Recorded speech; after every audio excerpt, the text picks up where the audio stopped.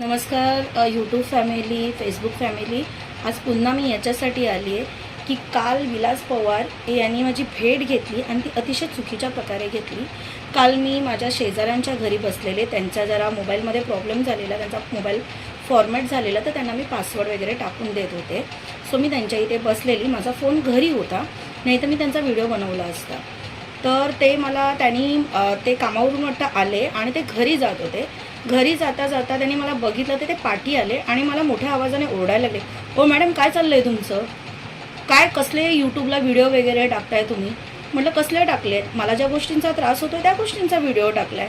नाही, तुम्ही जे हे टाकताय ते बरोबर करत नाही आहे. तुम्हाला मी सांगतो की आता मी अजूनपर्यंत शांत होतो, आता तुम्हाला मी दाखवतो. या संडेला मीटिंग ठेवली आहे, तुम्ही काय आमची बदनामी करताय का?" असं तसं खूप काही तो बोलायला लागला. म्हटलं, "ठीक आहे, आपण बघू ना, जेव्हाचं तेव्हा बघू," म्हटलं. आणि मला आता त्यांच्याशी मीटिंग वगैरे नाही करायचं, मी डायरेक्ट त्यांच्यावर केस करणार आहे. कारण ज्या पद्धतीने ते बोलत आहेत, त्यांना मी 10 जून 2023 पासून मेसेज करते.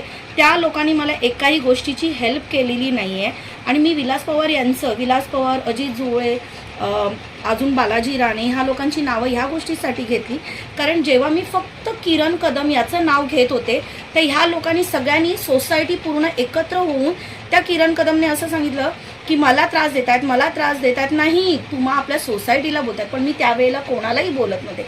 पण ह्या वेळेला मी प्रत्येकाची नावं घेतले, त्यांची रिझन आहेत. मी तुम्हाला एकेकांची कारणं सांगते आणि तुम्हाला दाखवते. मला ही मेंटेनन्सची पावती दाखवते. हे जी अमाऊंट बघा, अमाऊंट दाखवते आणि कसले कसले चार्जेस लावले ते बघा.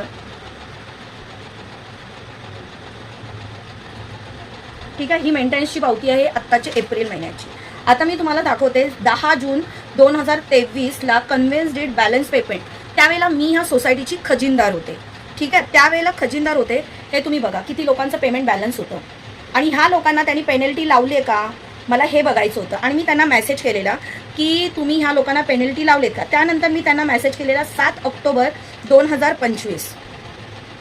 7 ऑक्टोबरला मी त्यांना मेसेज केला होता की ऑगस्ट मंथ डन पेमेंट. त्याच्यानंतर can you explain me which penalty दिस.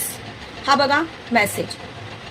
आणि त्याच्यामध्ये मी हे सुद्धा लिहिलेलं आहे की मी कन्व्हेन्स डीडचे पैसे भरेन, पण जे आधी मी तुम्हाला कन्व्हेन्स डीडचे दाखवलं त्या लोकांनी पेनल्टी भरलेली आहे का 25,000ची. मग हे राहिलेले 10,000 आहेत ते मी भरेन. तुम्ही मला पेनल्टी कसल्या गोष्टींची लावता. हा मेसेज मी त्यांना दाखवलेला, पण त्यांचा काही मला रिप्लाय नाही. त्याच्यानंतर मी त्यांना मेसेज केलेला 8 ऑक्टोबर 2025ला माझ्या मुलाच्या पासपोर्टची NOCसाठी. आता मला सांगा, माझ्या मुलाची NOCसाठी हे NOC का देऊ शकत नाहीत. जर का माझा दर महिन्याला मेंटेनन्स पेड आहे, एकही मेंटेनन्स बॅलन्स नाही आहे, तर हे लोक मला NOC का देत नाहीत. तर त्याच्यावर